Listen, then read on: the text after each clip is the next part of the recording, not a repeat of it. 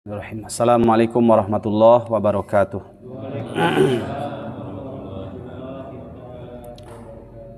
Alhamdulillah wassalatu wassalamu ala Rasulillah wa ala alihi wa sahbihi wa mawalah. Rabbi shrahli sadri wa yassirli amri wahlul 'uqdatam min lisani yafqahu qawli. Allahumma la sahla illa ma ja'altahu sahla wa anta taj'alul hazana idza syi'ta sahla. Allahumma rabba Jibril wa Mikail wa Israfil fatiras samawati wal ard alimal ghaibi wasyahadah anta tahkumu baina ibadika fima kanu fihi yakhtalifun. Ihdina limakhtulifa fihi minal haqqi biidnik innaka tahdi man tasya'u ila siratim mustaqim. Alhamdulillah kita dipertemukan lagi oleh Allah dalam majlis yang mulia, kajian tafsir Ibnu Katsir. Semoga melalui kajian tafsir Ibnu Katsir ini Allah Subhanahu wa taala kemudian memberikan rahmat dan hidayah kepada kita semuanya. Amin. Salawat serta salam kita limpahkan kepada Nabi kita Nabi Muhammad sallallahu alaihi wasallam, kepada keluarganya, sahabatnya, serta seluruh kaum muslimin, saudara-saudara kita semuanya. Jamaah rahimakumullah, mari kita buka surat Asy-Syams, dan alhamdulillah kita baru sampai sama-sama menikmati ayat 1 sampai ayat yang kelima, dan kita masuk pada sumpah yang terdapat pada ayat ke-6 sampai nanti mudah-mudahan beberapa ayat selanjutnya cukup waktu insyaallah. Mari kita baca dulu semuanya ya, karena berkaitan dengan ayat sebelumnya, meskipun ayat 1 sampai 5 sudah kita kaji tafsirnya. A'udzu billahi minasy syaithanir rajim. Bismillahirrahmanirrahim. Wasyamsi wa duhaha wal qamari idza talaha wan nahari idza jallaha wal laili idza yaghshaha was samaa'i wa ma banaha wal ardi wa ma tahaha wa nafsin wa ma sawwaha fa alhamaha fujuraha wa taqwaha qad aflaha man zakkaha wa qad khaba man dassaha. Kadzabat Tsamud bitawwaha idzim ba'atsa ashqaha faqala lahum rasulullahi naqatallahi wa suqyaha fakadzabuhu fa'aqaruha fadamdama alaihim rabbuhum bidzambihim fasawwaha wala yakhafu uqbaha. Kita masuk pada terjemahan ayat yang akan kita nikmati tafsirnya. Berarti ayat yang ke-6, 7 sampai nanti pada ayat yang ke-10 insyaallah. Beberapa sumpah pada ayat 1 sampai ayat yang kelima ada 1, 2, 3, 4, 5, 6, 7 sumpah. Sekarang masuk pada ayat ke-6, sumpah yang ke-8. Wal ardi, demi bumi. Berarti wawunya waw qasam. Wal ardi, demi bumi. Wama, demi apa saja. Tohaha, yang Allah hamparkan. Wa nafsin, demi jiwa. Wama, dan segala sesuatu. Sawwaha, yang Allah subhanahu wa ta'ala sempurnakan pada jiwa itu. demi segala sesuatu yang Allah sempurnakan pada jiwa itu. Fa'alhama, kemudian Allah ilhamkan ha terhadap jiwa itu. Mengilhamkan apa? Fujuroha, mengilhamkan potensi untuk berbuat dosa. Wa taqwaha, dan potensi untuk berbuat takwa. Qad aflaha, sungguh benar-benar telah beruntung. Siapa? Man, siapa saja. Zakka, orang yang mau mensucikan jiwanya.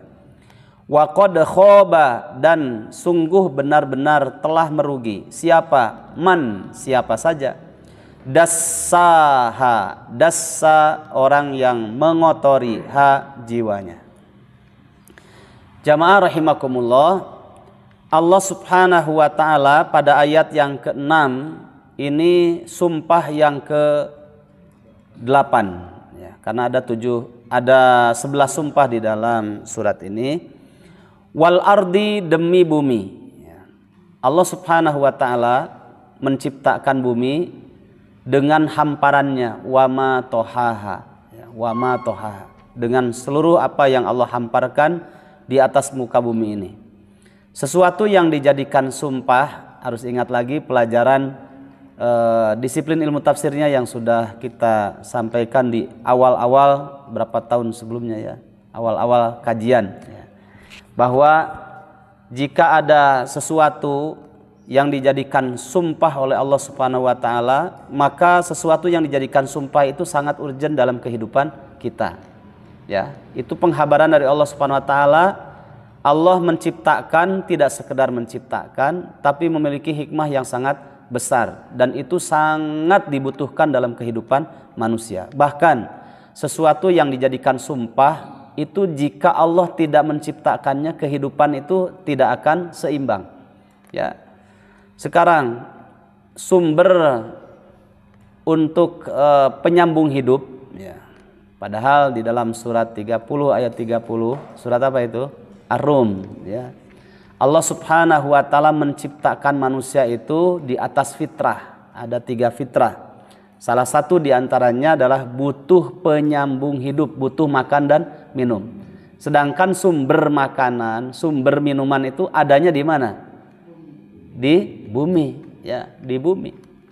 Bahkan sampai-sampai di dalam riwayat Bukhari itu ada pembahasan khusus tentang bagaimana Rasulullah SAW bersabda tentang manfaat besar dan faidah yang sangat besar ketika Allah Subhanahu wa taala menciptakan sumber kehidupan yang disebut dengan air ya. Coba ibu bapak kalau beli rumah yang pertama kali ditanyakan itu apa? Air kan ya. Kalau beli tanah juga biasanya yang ditanyakan sumber air ya. Karena air itu adalah sumber kehidupan. Saya pernah berbincang dengan ahli kesehatan. Ustadz suka baca katanya. Kalau suka baca harus banyak minum. Jika ngisi pengajian dimanapun harus bawa minum. Kalau tidak dikasih minum sama panitia, bawa minum sendiri katanya. Ya, kenapa saya bilang? Otak ini untuk berpikir. Orang bekerja dengan badannya itu jauh lebih ringan. Lebih berat itu berpikir. Nah, orang yang baca ini dalam otak itu Allah ciptakan neuron. Neuron itu sel otak. Dan sel otak itu membutuhkan 70% itu adalah apa? Mineral, air ya. Butuh air ini. Itu baru untuk otak saja. Bagaimana untuk dibutuhkan untuk tangan, untuk kaki dan seluruh tubuh yang ada yang Allah ciptakan di kita ini ya. Itu baru otak saja membutuhkan 70%-nya. Itu air ya. Nah, jamaah rahimakumullah, sampai ya, Nabi bersabda, la tahqiranna minal ma'rufi syai'an walau an tufarrigo min dalwika fi ina'il mustasqa. Tentang air juga itu. Kamu jangan pernah menyepelekan satu amalan yang ma'ruf, yang baik, meskipun hanya ngasih minum kepada orang yang membutuhkan. Haji. Nah, halal haji. Coba kalau umroh ya. Apa yang ditawarkan? Air minum ya. Dan sumber air minum dari mana? Dari langit turun ke bumi, dari bumi kemudian digali. Dan itu diambil dan diminum untuk kebutuhan banyak orang. Ya. Jamaah rahimakumullah, bumi disebutkan. Maka Allah ketika bersumpah wal ardi tidak sekedar sumpah, tapi apa yang dijadikan sumpah itu dibutuhkan oleh banyak orang, urgent dalam kehidupan manusia. Bahkan kalau tidak Allah ciptakan, tidak akan seimbang dalam kehidupan ini. Ya. Jamaah rahimakumullah, Allah Subhanahu wa taala berfirman, coba kita lihat ya dalam sumbernya dari bumi semua. Kita lihat dalam surat An-Nahl. Kalau di Masjid Riyadul Muttaqin surat keberapa An-Nahl? Harus sama ya dengan di Madinah, 16. Ini harus dibaca dari sejak ayat 4 sampai nanti pada ayat yang ke-18. Tapi kaitan dengan bumi yang Allah Subhanahu wa taala keluarkan dari bumi itu berbagai kebutuhan untuk menyambung hidup manusia, dan itu adalah bagian dari fitrah manusia. Manusia nggak bisa hidup kalau tidak ada sumber makanan. Sedangkan sumber makanan itu ditumbuhkan awalnya dari bumi. Maka Allah bersumpah tentang bumi. Ayat yang ke-10-nya dan ayat yang ke-11-nya coba kita lihat di situ. A'udzu billahi minasyaitonir rajim. Huwallazi, dialah Allah Subhanahu wa taala yang anzala telah menurunkan minas samai, dari langit menurunkan apa? Ma'an, berupa air, dengan proses yang sangat panjang dan mudah bagi Allah, susah bahkan sama sekali tidak bisa manusia. Kalaupun ada ahli itu pasti perakiraan cuaca. Kalau perakiraan cuaca itu tidak pasti ya, karena yang pasti itu adalah takdir Allah, sedangkan sains itu tidak pasti ya. Nah, termasuk dalam urusan air. Soreang perakiraan cuaca hujan esok hari jam sekian sampai jam sekian. Wah, belaan cenah tong nyeuseul ada hujan ieu. Ternyata tidak hujan. Itu namanya perakiraan cuaca ya. Dialah Allah Subhanahu wa taala yang telah menurunkan air dari langit berupa air hujan. Itu kalau secara ilmu dulu ya, di IPA pernah kita pelajari, di SD, di SMP gitu-gitu aja sama saja ya. Jadi Allah Subhanahu wa taala menciptakan malaikat. Ada malaikat khusus untuk menurunkan, mengatur adanya hujan ya. Itu ditekan panas itu ke laut. Kemudian setelah itu diangkat air laut itu dengan kuasanya Allah Subhanahu wa taala dan disatukan dalam gumpalan awan yang hitam. Setelah itu Allah perintahkan malaikat untuk meniupkan angin, dan angin itu diarahkan ke gumpalan awan hitam. Setelah itu barulah jatuh ke bumi, sehingga rasanya yang asin diolah oleh Allah Subhanahu wa taala.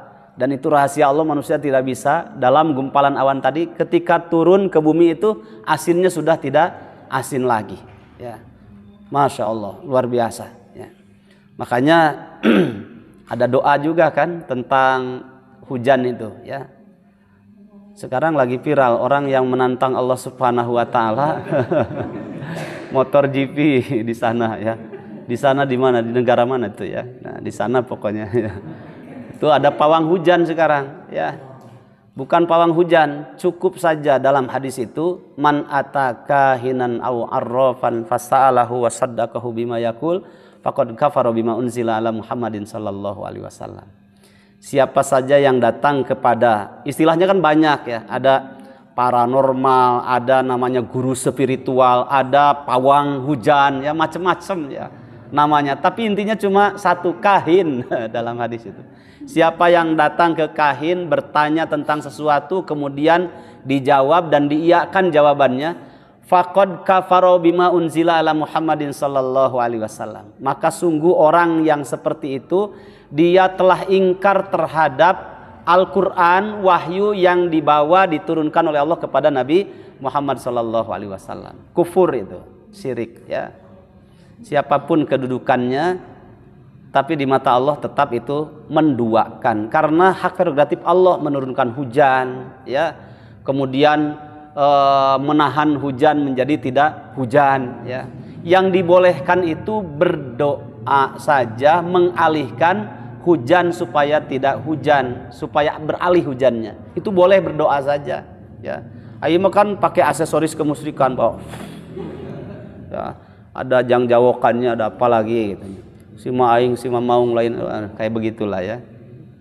Tidak pakai kerudung lagi dukunnya juga. Tapi ternyata hujan malah tambah deras. Ya, menantang Allah namanya. Bahkan dalam hadis yang lain, man ataka hinan au arrafan, ya, fasa'alahu wa saddaqahu bima yaqul lam tuqbal salatuhu arba'ina yauman wa lailatan. Siapa yang datang ke dukun kemudian mengiyakan apa yang dikatakan oleh dukun itu, maka sungguh salatnya selama 40 hari 40 malam itu tidak akan diterima. Teu datang ka dukun ge can puguh ditarima, komo datang ka dukun tidak ragu lagi tidak diterima salatnya. Nasallahu afiyah. Bagaimana mau diterima salatnya, dia saja enggak salat kok, ya. Tambah parah. Itu namanya syirik perilakunya, pelakunya disebut musyrik. Baik. Yang dibolehkan itu dalam hadis minta hujan boleh, kemudian mengalihkan hujan itu juga sebuah harapan. Kalau Allah izinkan terjadi, ya itu terjadi, dikabulkan. Kalau tidak juga tidak, ya. Dulu saya pernah waktu di Balikpapan, Kalimantan Timur, itu tahun berapa ya, pas saya diminta jadwal untuk ngisi Idul Fitri, ya, pas musim hujan. Kebayang jalan utama di Balikpapan itu, ya, itu kan jalur utama ditutup sementara, ya, izin tentu ke Pemkot setempat, panitia. Itu sekitar 5.000 jamaah, ya.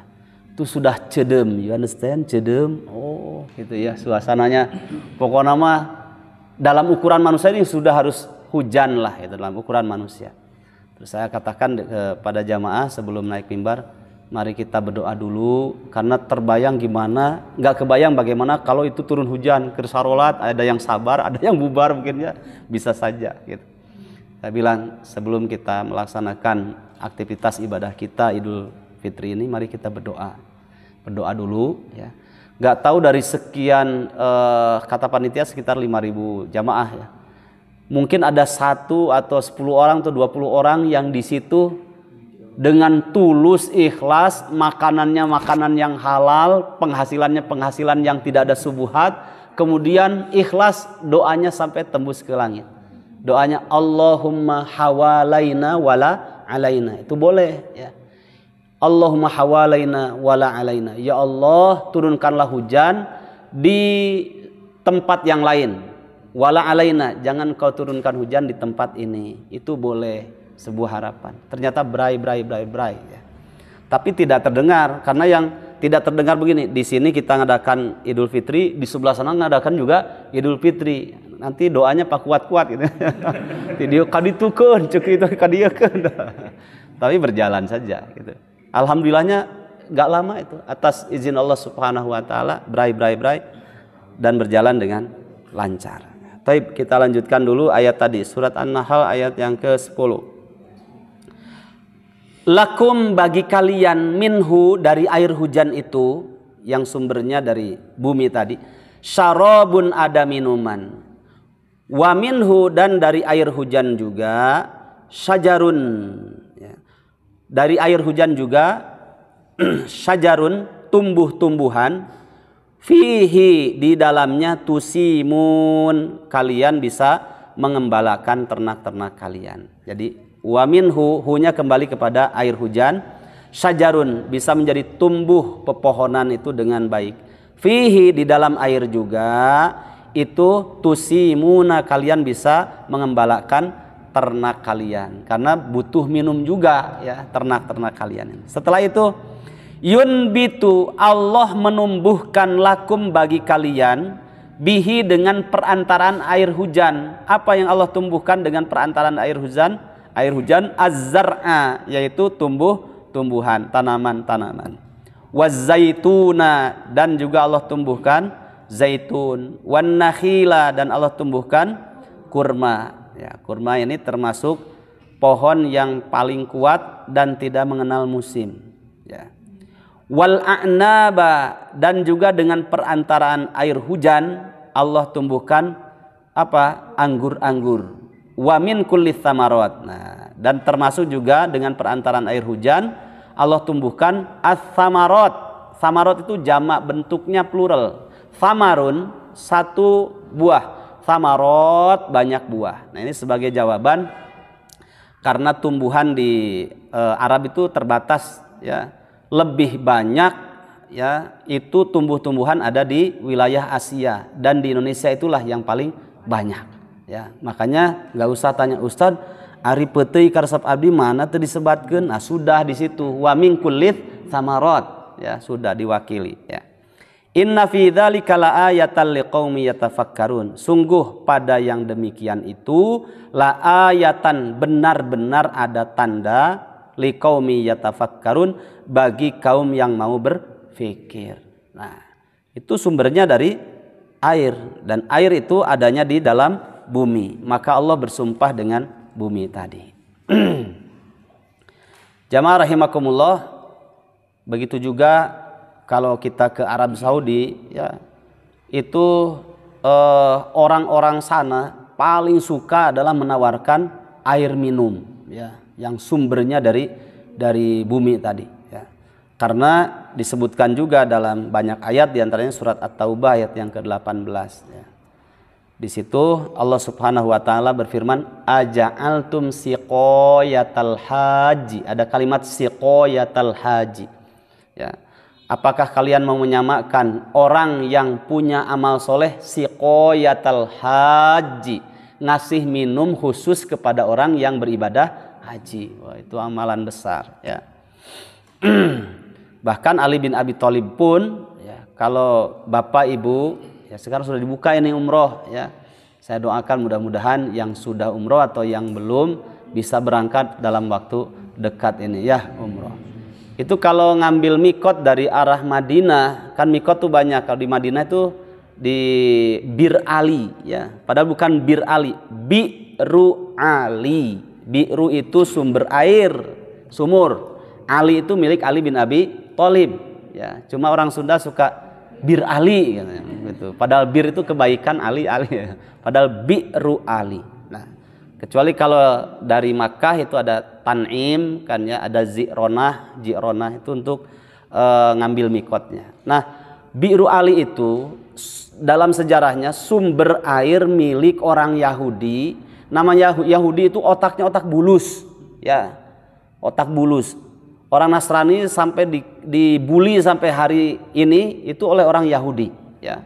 Di mana ada huru hara pasti Yahudi, karena semua peperangan pun itu cikal bakalnya adalah Yahudi, ya. Karena apa? Otaknya dunia, ya. Pingin jual beli, semuanya harus melahirkan ini penghasilan, ya. Termasuk air minum, sumber air di Madinah yang dibeli oleh Ali itu aslinya milik orang Yahudi. Orang dalam keadaan butuh air, tidak ada sumber air kecuali di Bi'ru Ali itu. Akhirnya masyarakat tuh kebingungan karena kudu meuli kadinya teh, gitunya. Kudu meuli, gitu. Hese cai, sumbernya ada di situ, harus beli dengan harga yang sangat tinggi, ya. Makanya kadang kita bingung dengan kalau air, alhamdulillah kita. Cuma minyak goreng bingung, gitu, ya. Nggak ada, susah. Pas itu malamnya pada sibuk, buka pagi hari banyak sekali, ya, di toko-toko itu banyak, tapi harganya sekian kali lipat, ya. Nah, ini sama orang Yahudi itu begitu, ya. Yahudi ini sampai nggak boleh ngambil ke sumber milik dia kecuali harus beli dalam harga yang sangat tinggi. Ali bin Abi Thalib datang, cek Ali itu ku aing dibeli sia cenah kabeh sumberna. Peser ku Ali dibeli, kemudian setelah milik Ali semuanya, mau muslim, mau kafir, mau munafik, mau Yahudi, siapapun silahkan, dah semua manusia itu hidup butuh air. Nah, sumbernya ada di sini di tanah milik Ali. Airnya didermakan. Alinya sudah wafat sekian abad yang lalu, tapi royaltinya mengalir terus sampai hari ini, ya. Itu hebatnya, ya. Makanya ada bab dalam hadis itu tentang air, ya.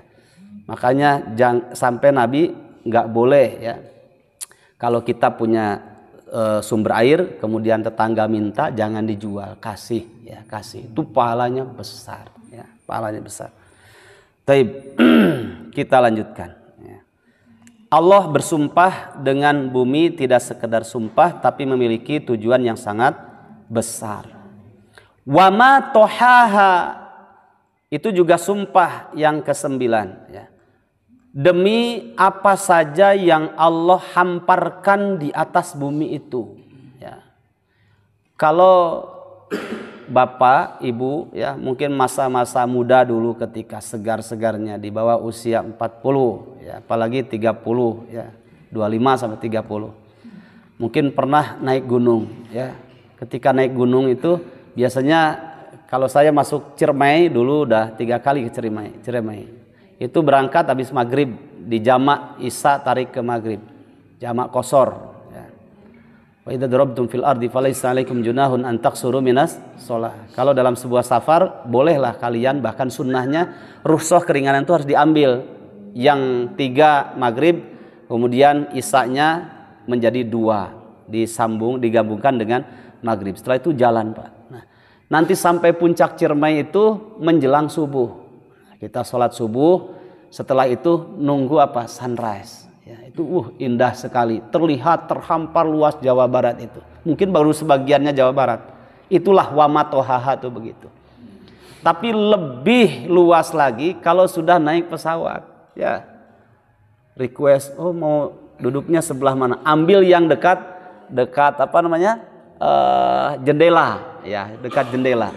Tapi terbangnya jangan malam hari, nggak terlihat wamatohahanya. Ya. Kalau nggak pagi waktu duha, nah siang itu pas mulai terbang, masya Allah, tambah tinggi, wah terlihat hamparan itu. Kalau sudah lewat tembus ke gumpalan awan, sudah tidak terlihat lagi.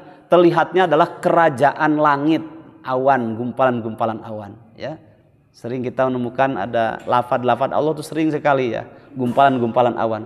Terlihat wama tohaha. Pantesan Allah Subhanahu wa taala jadikan sumpah ini baru sebagian isi bumi. Ya, saya yakin belum semua isi bumi, baru Jawa Barat saja, paling Jawa Barat, Kalimantan, ya, Sumatera sebatas itu. Kalaupun dari sini 8 jam sampai ke Madinah, ya, itu sudah nggak kelihatan wama tohaha. Masya Allah, ya. Jamaah rahimakumullah.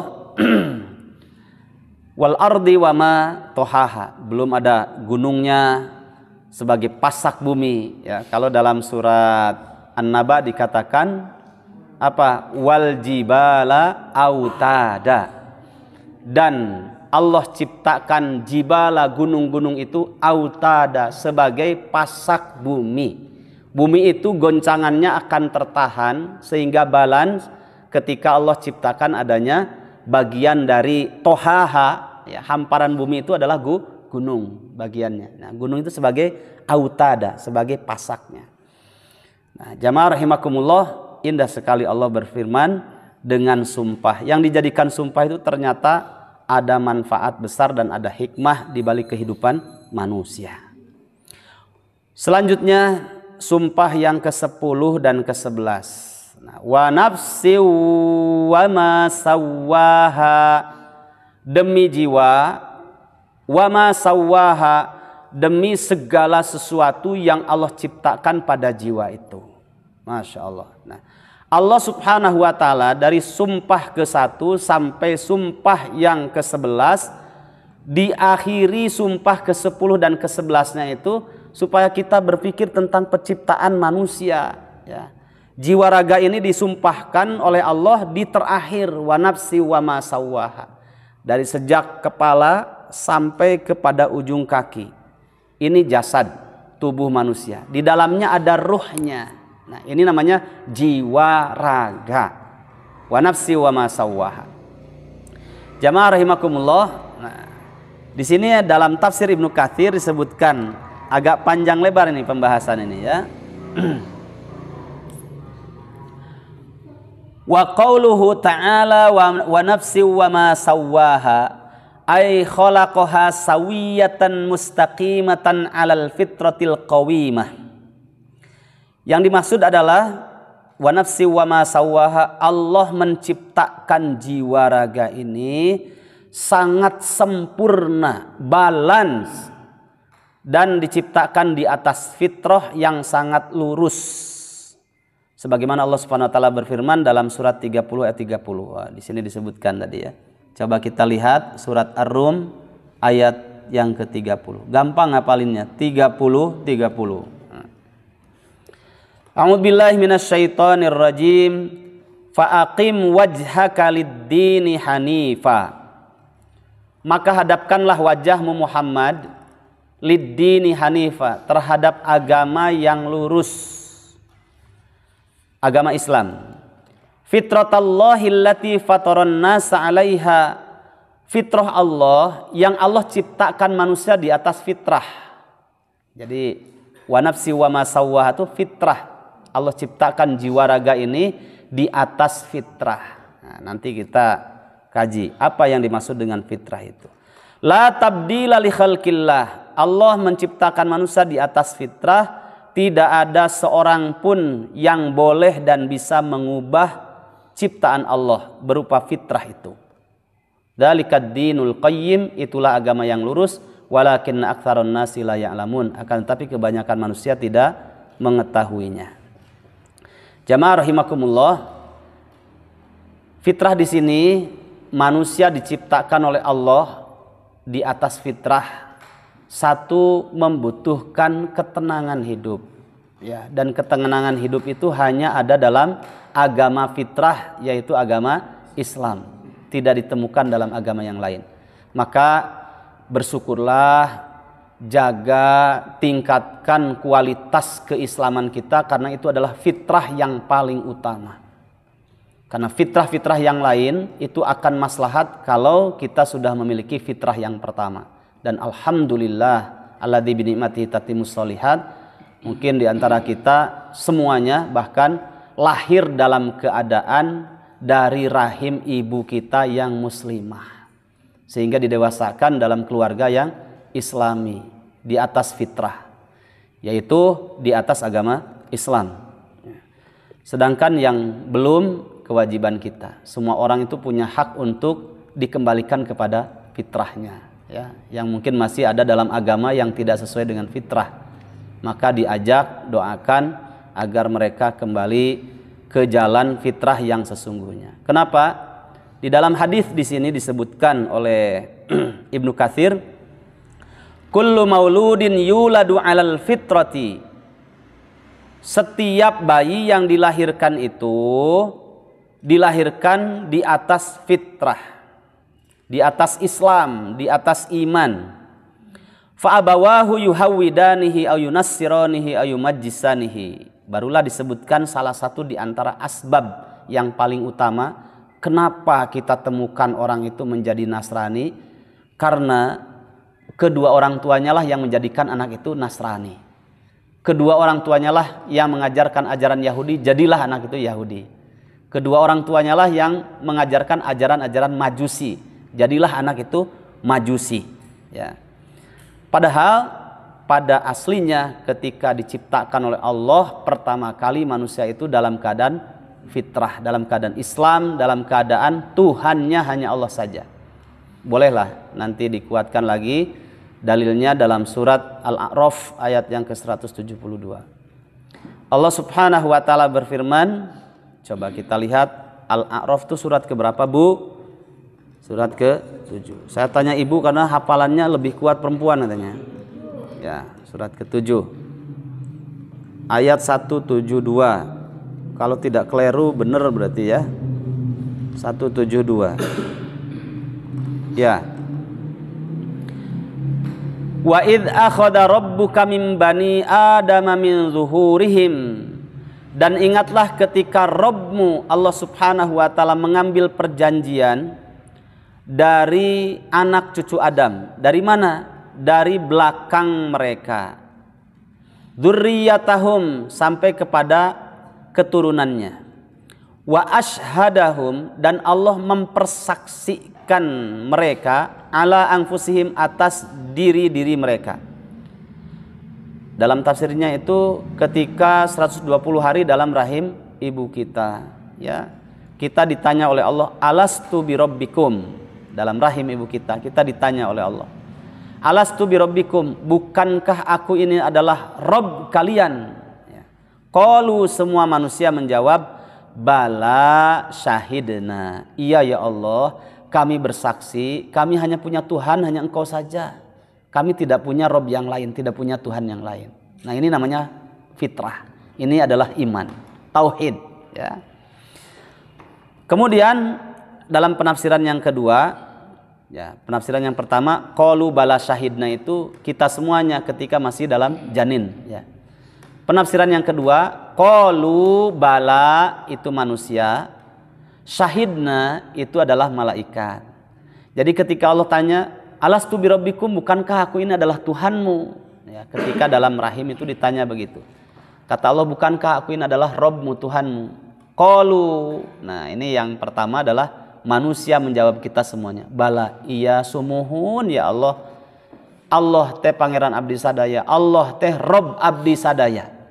Setelah menjawab seperti itu janin, syahidna, kemudian malaikat mengatakan, ya Allah, kami menyaksikan bahwa si fulan ini adalah telah menyatakan kefitrahannya, tidak punya Tuhan yang lain kecuali hanya Engkau. Makanya ketika sudah lahir dikatakan kullu mauludin yuladu alal fitrah. Ya, setiap bayi yang lahir itu berada di atas fitrah karena sudah ada persaksiannya kepada Allah Subhanahu wa taala, menyatakan kalau Tuhannya bukan yang lain, hanya Allah saja Tuhannya. Nah, sekarang kenapa menjadi Yahudi, Nasrani, Majusi dan agama-agama yang lain? Itu yang mewakili ketika itu disabdakan oleh Nabi seperti itu. Mungkin kalau sekarang di Indonesia kan kedua orang tuanya lah yang menjadikan dia Yahudi, Nasrani, Majusi, Sinto, Tao, aliran kepercayaan Hindu, Buddha dan yang lainnya. Ya, itu asbab yang menggeserkan bahkan memalingkan manusia dari fitrah tauhidnya sehingga memiliki Tuhan yang lain. Itu dikarenakan faktor yang paling utama adalah kedua orang tua. Ya, baik itu mengajarkan ajaran-ajaran kekafiran secara langsung maupun tidak, ya, secara langsung tuh jelas gitu, kamu harus begini, ini pedomannya, ada Darmo Gandul, ada ini dan sebagainya, ya. Ada juga secara tidak langsung, yaitu sikap orang tua, kebiasaan hidup orang tua itu menjadi referensi bagi anak, ya. Oh, si bapak teh kitunya geus hayyalah sholah batur maka masjid ieu mah cicing di imah, oh berarti begitu pelajarannya, saya juga akan ikut seperti bapak saya, ya.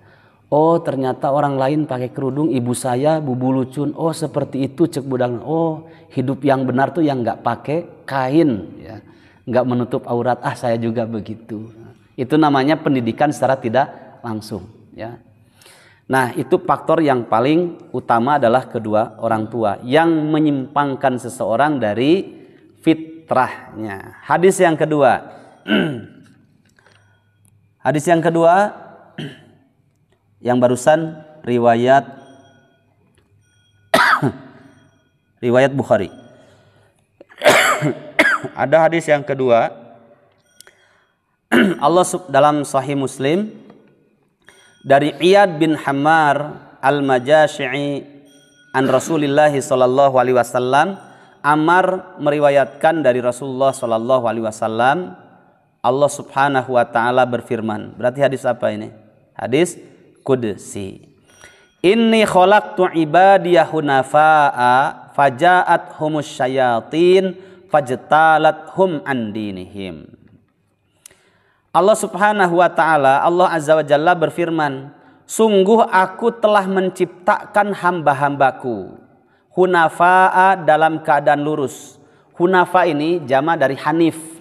Makanya agamanya Nabi Ibrahim disebut agama hanif, agama yang lurus, agama yang fitrah, ya, agama tauhid. Aku sungguh telah menciptakan hamba-hambaku, kata Allah, hunafa'a dalam keadaan di atas fitrah, dalam keadaan lurus.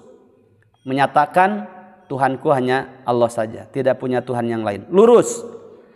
Lahir ke alam dunia, tambah dewasa, akhirnya dipengaruhi oleh dua sebab tadi. Satu, yang paling dekat orang tuanya, apa agamanya, itu bisa menjadikan anak juga mengikuti agama orang tuanya. Ada faktor eksternal, kalau tadi internal ya. Faktor eksternal itu di luar rumah ya. Dititipkan sekolahnya di mana, gurunya akan mempengaruhi.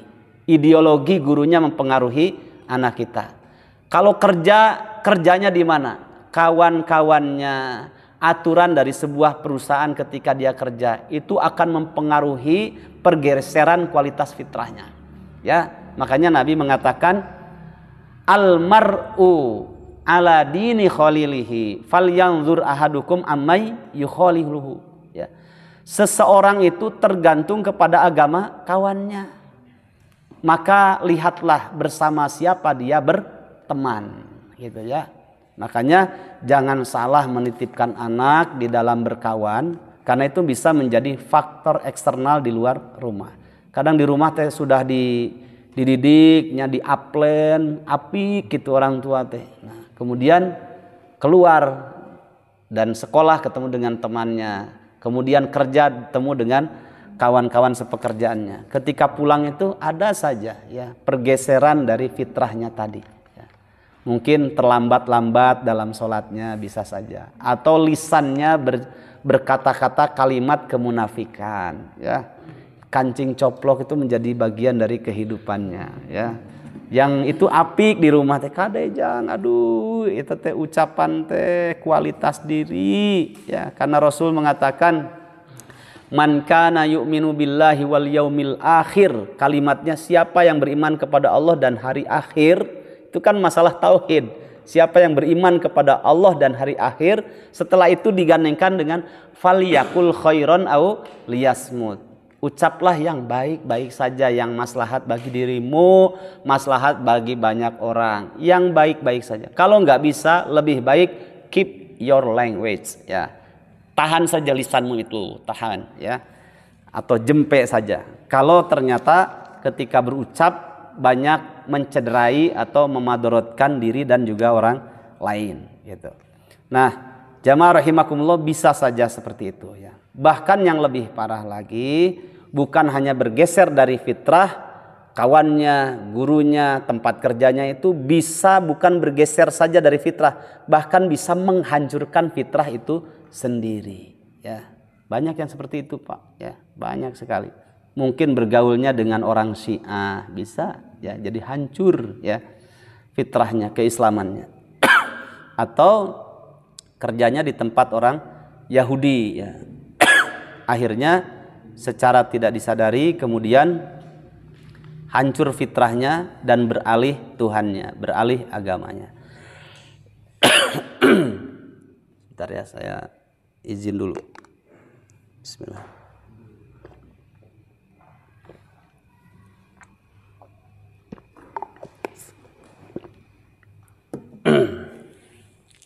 Makanya ada wulida musliman wa mata musliman. Ada orang yang takdirnya dilahirkan dalam keadaan Islam dan meninggal dalam keadaan Islam. Alhamdulillah. Surat Ali Imran ayat 102 itu menghiasi dengan baik dalam kehidupannya. Wala tamutunna illa wa antum muslimun. Itu terbaik. Ada juga wulida musliman wa mata kafiron. Lahir dalam keadaan di rahim keluarga Islam tapi mati dalam keadaan kekafiran. Itu tidak terlepas dari dua faktor tadi ya. Fitrahnya bukan bergeser lagi, hancur ya. Kemudian ada juga wulida kafiron wa mata kafiron. Lahir di keluarga yang kafir, mati juga dalam keadaan kafir. Rugi ya. Ada juga yang keempat, wulida kafiron wa mata musliman. Itu hebat sekali takdirnya. Lahir di rahim di keluarga yang kafir tapi mati dalam keadaan Islam.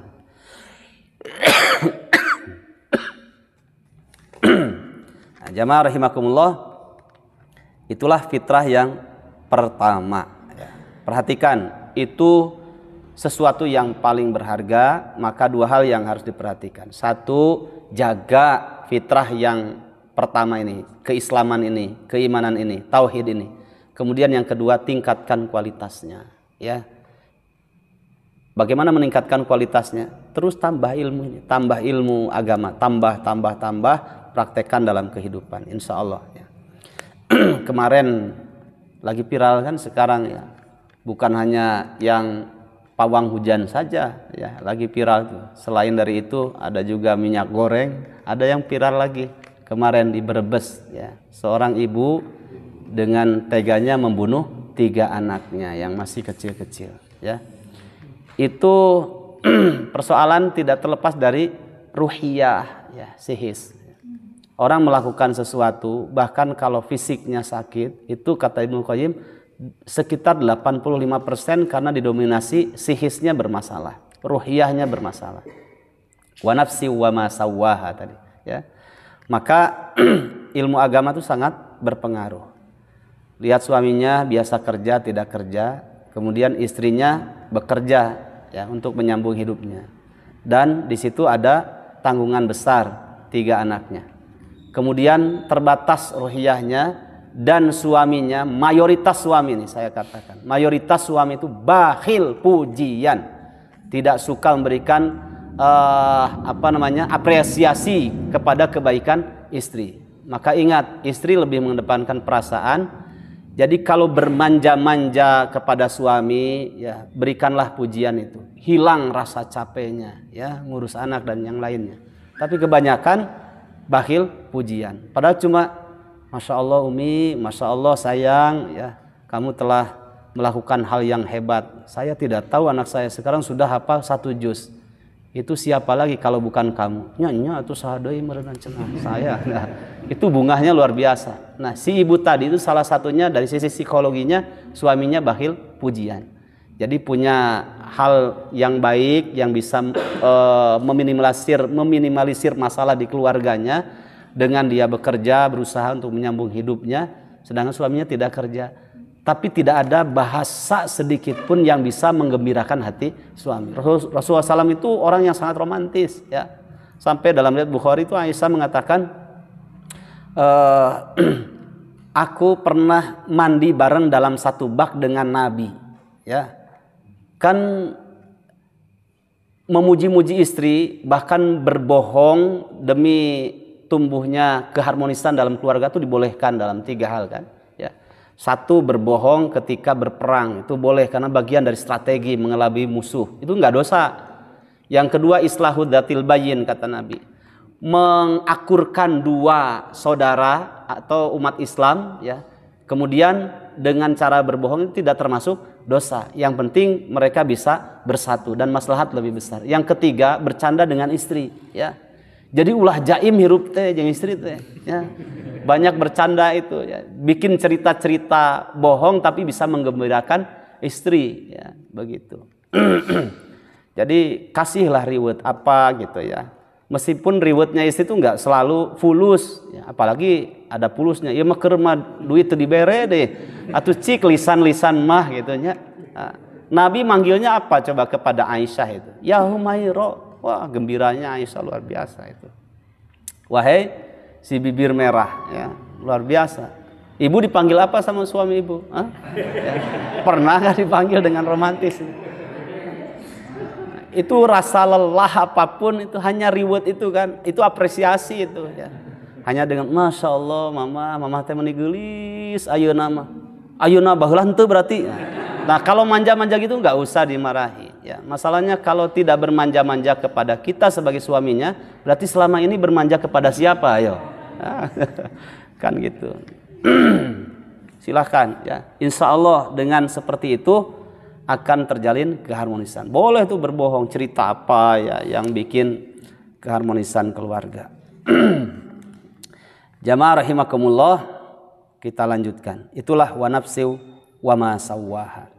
Ya, pasti sesuatu yang terjadi tidak terlepas dari asbabnya. Yang kedua, tadi fitrah pertama kan, ya. Yang kedua itu termasuk pada surat 30 ayat 30.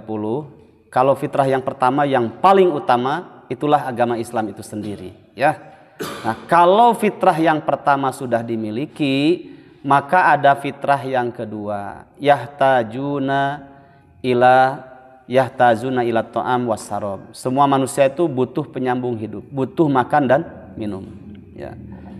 Kalau belum memiliki fitrah yang pertama dengan benar, maka dalam mencari penyambung hidup, mencari rizki itu pasti bermasalah. Ya, tidak pernah berpikir halal dan haram, nggak pernah berpikir. Nggak pernah berpikir maslahat dan madorotnya, nggak pernah berpikir. Makanya di sini oleh Ibnu Katsir fitrah yang paling utama fitrah Islam itu sendiri, ya, sebagai pedoman referensi untuk kebahagiaan dunia dan akhirat. Sehingga ketika semua manusia Allah ciptakan pasti butuh makan dan minum, ya.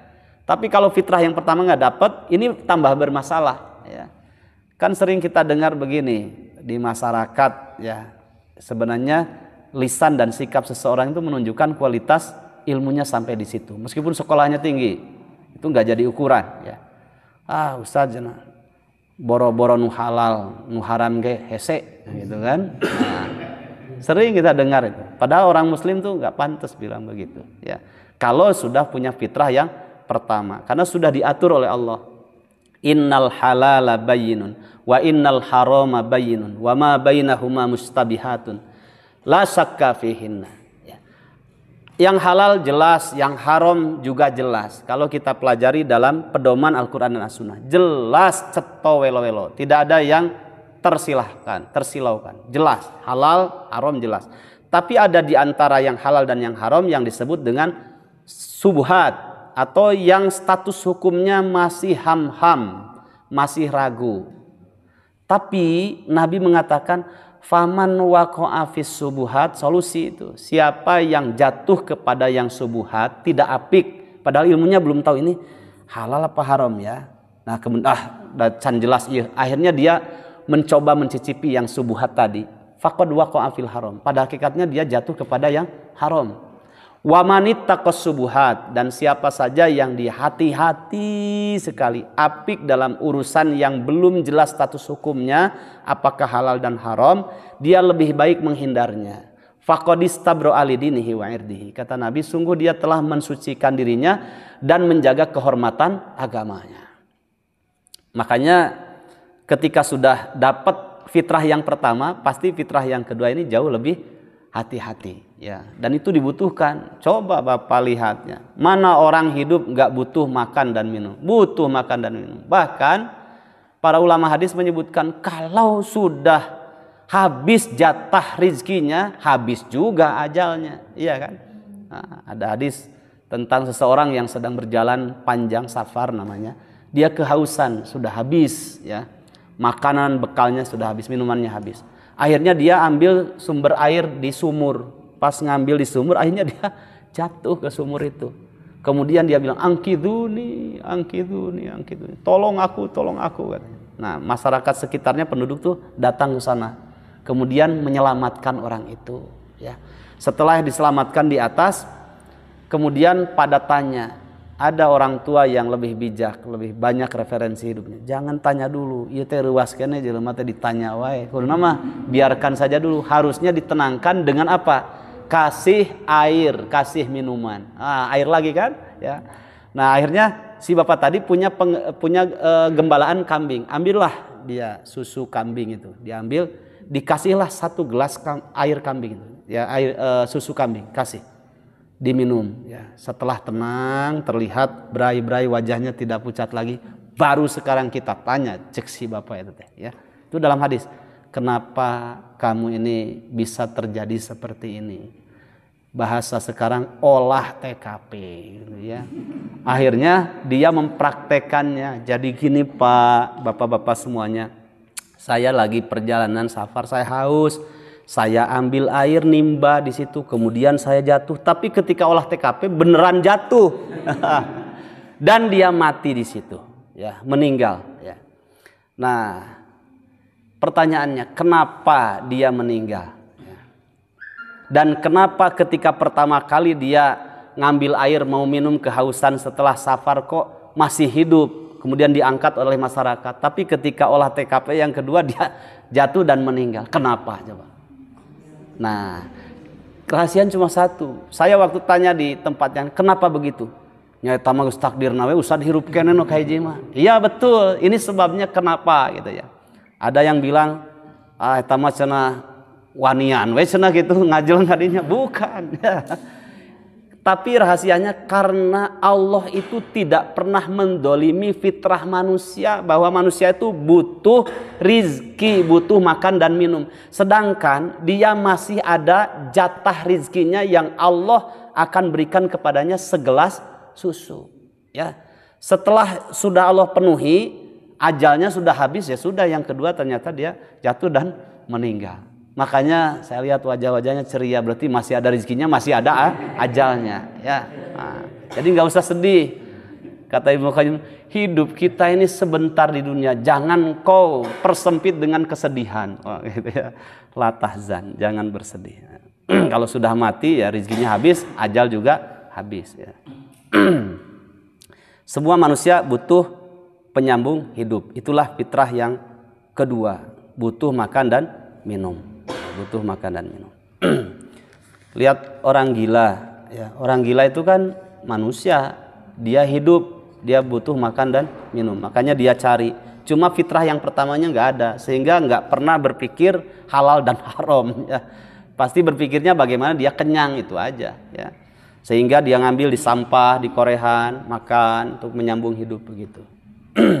Nah, kita ketika sudah memiliki fitrah yang pertama, yang kita pikirkan ini halal, haram, terus ini subuhat apa tidak, itu yang dipikirkan. Ya.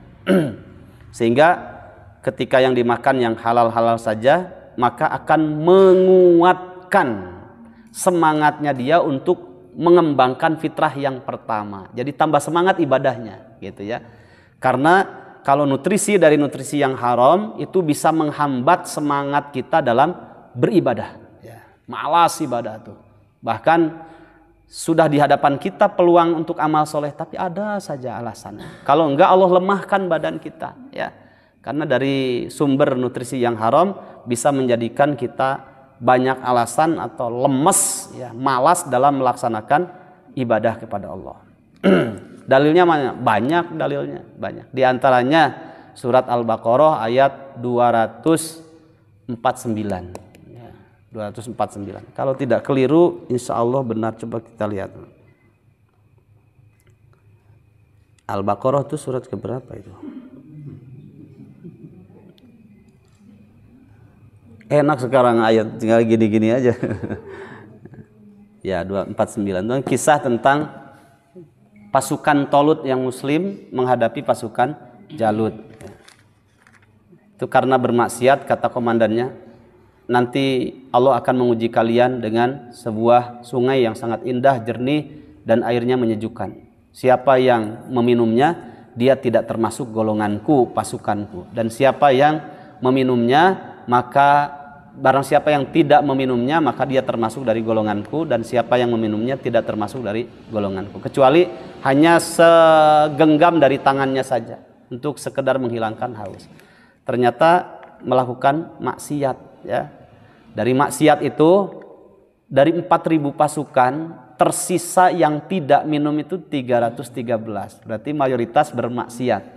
Itu bertahun-tahun latihan perang, kekar-kekar badannya. Gara-gara maksiat, Allah lemahkan badannya. Sehingga mengatakan, la taqata lanal yauma bijaluta wa junudi. Maaf Raja Tolut, Komandan Tolut, maaf, kami tidak bisa melanjutkan perjalanan untuk menghadapi pasukan Jalut. Tiba-tiba dilemahkan. Kata para ulama tafsir itu karena hanya perbuatan maksiat itulah, ya, suruh jangan minum malah minum, ya, maksiat itu melanggar aturan Allah, ya. Akhirnya Allah lemahkan badannya, ya. Jamaah rahimakumullah, maka kalau kita juga bermaksiat dengan memakan makanan yang haram, ya, baik haram, halal haram itu kan ada dua, ya. Satu ada sifatan. Masih ingat dulu pernah kita singgung itu, ya. Sifatan itu caranya, ya, caranya mendapatkan barang itu benar atau tidak, atau ada pelanggaran syariat. Yang kedua datan itu memang barangnya halal atau haram, ya. Seperti, ya, minyak goreng. Minyak goreng lagi viral, minyak goreng. Minyak goreng itu kan dari sawit. ada minyak letik dari kelapa. Nah, sumbernya sawit dan kelapa itu secara zatnya halal apa haram? Halal, ya. Zatnya, oke, aman. Sekarang sifatan, cara mendapatkan yang halal secara zat itu caranya halal apa tidak? Ya, misalkan hasil nimbun gitu ya. Atau hasil mencuri lah. Mencurinya kan modern sekarang ya. Dengan cara mencuri atau nimbun. Nah, yang halal secara zat tapi caranya dengan menimbun sehingga di-up sampai tinggi atau dengan berbagai macam politik dagang, kira-kira sifatnya caranya seperti itu halal apa haram? Begitu. Ya, makanya dua-duanya harus terjawab dengan halal ya, sehingga bermanfaat untuk kehidupan kita. Ya, itu yang subuhat itu begitu. Jamaah rahimakumullah, makanya seringlah baca kisah-kisah orang-orang yang apik ya dalam hal ini ya, dalam fitrah yang kedua ini. Seperti dulu ada seorang ulama besar ya, Imam Ahmad bin Hanbal rahimahullah, beliau terkenal orangnya sangat apik sekali ya. Imam Ahmad itu pernah suatu ketika beliau dalam sebuah safarnya kehujanan ya. Kemudian beliau berteduh di sebuah rumah yang atapnya ya, beliau berteduh di bawah atap sebuah rumah yang di situ supaya tidak terkena hujan, berteduh. Tapi lama kelamaan dia baru ingat, oh, yang punya rumah ini pelaku riba gitu. Akhirnya dia nggak mau, beliau pergi, lebih baik kehujanan daripada kena efek dari ribawinya ya. Dan pernah juga dalam sebuah safar ada seekor burung kemudian membawa apel dan jatuh di hadapan beliau. Padahal makanan minuman sudah habis perbekalannya. Mun urang mahnya tidak berpikir sampai jauh begitu. Ah, ada keur lapar, habek gitu ya. Beliau enggak berpikir, aduh, ini kalau saya ambil. Padahal kalau hitung-hitungan yang salah itu burung ya, kan hasil mencuri gitu ya. Tapi kan burung itu tidak ada taklif ibadah, enggak paham halal haram gitu ya. Nah, akhirnya pas mau dimakan, kata beliau, ini yang apik tadi ya. Kalau saya makan bisa saja pemilik kebun ini nggak ridho. Ya, akhirnya nggak jadi makan. Ya, beliau lewat saja. Nah, itu namanya telah mensucikan dirinya dan menjaga kehormatan agamanya. Masya Allah. Seorang tabi'in dalam perjalanan masuklah ke Masjid Nabawi. Dia haus, makan di situ.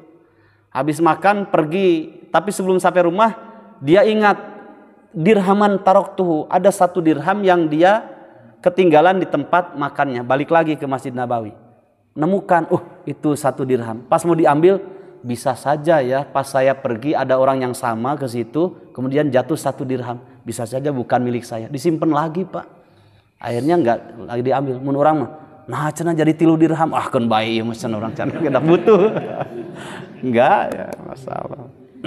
Orang mah kadang gitunya dapat dompet ya. Wah, iya dompet cenah. Padahal duitnya kurs 50.000. Dicari alamat. Saya harus beramal, saya cari alamat. Ieu kagungan Bapak muhun. Artosna sabaraha 50.000. Kumaha Pak ieu abdi tos berjasa ikhlas mama. Steng-steng 25.000 sewang. Masya Allah sampai gitu ya.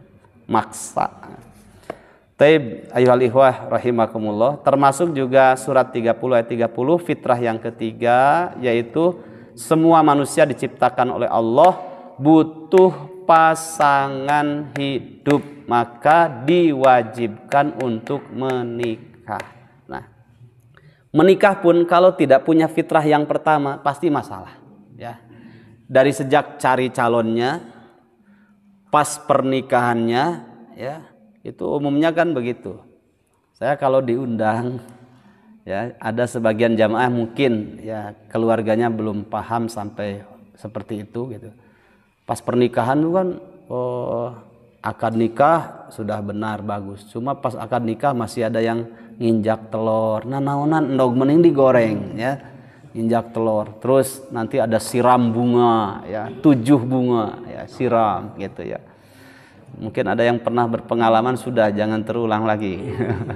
Terus ada lagi setelah itu beres ngedoa, menangis ya. Habis itu ditampilkan bujang ini, wah dangdutan apa, masya Allah ya.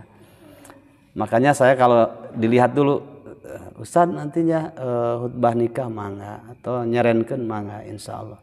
Setelah itu bagaimana? Ya mohon ya eta organ tunggal teh anu sakieu Ustadz. Hapunten pisannya Pak Ustadz. Dihapunten ngan abdi bade uwih ti payun. Khutbah nikah kan pertama ya. Setelah itu kalau enggak 1 hari sebelumnya, kalau enggak 1 hari setelahnya silaturahim ke sana gitu. Kalau ada kegiatan-kegiatan yang bersifat maksiat. Tapi kan menyambung silaturahim harus gitu. Kalau yang sudah tahu pasti paham ya. Ustadz aya pernikahan ieu pun lanceuk ya. Ningali acara Ustadz mah mangga we bade saat dinten satu acara atau 1 hari setelahnya mangga gitu ya. Karena lihat ada kegiatan yang di situ bisa merusak fitrah kita. Jamaah rahimakumullah, itu saja sementara. Yang akan datang masih ada beberapa hadis hak ilmu yang terdapat dalam tafsir Ibnu Katsir kaitan dengan wa nafsiu wa ma sawwaha. Barakallahu fikum, yang benar dari Allah, yang keliru dari diri saya sendiri. Mudah-mudahan Allah Subhanahu wa taala mengampuni dosa kita semuanya. Billahi taufik wal hidayah. Assalamualaikum warahmatullahi wabarakatuh.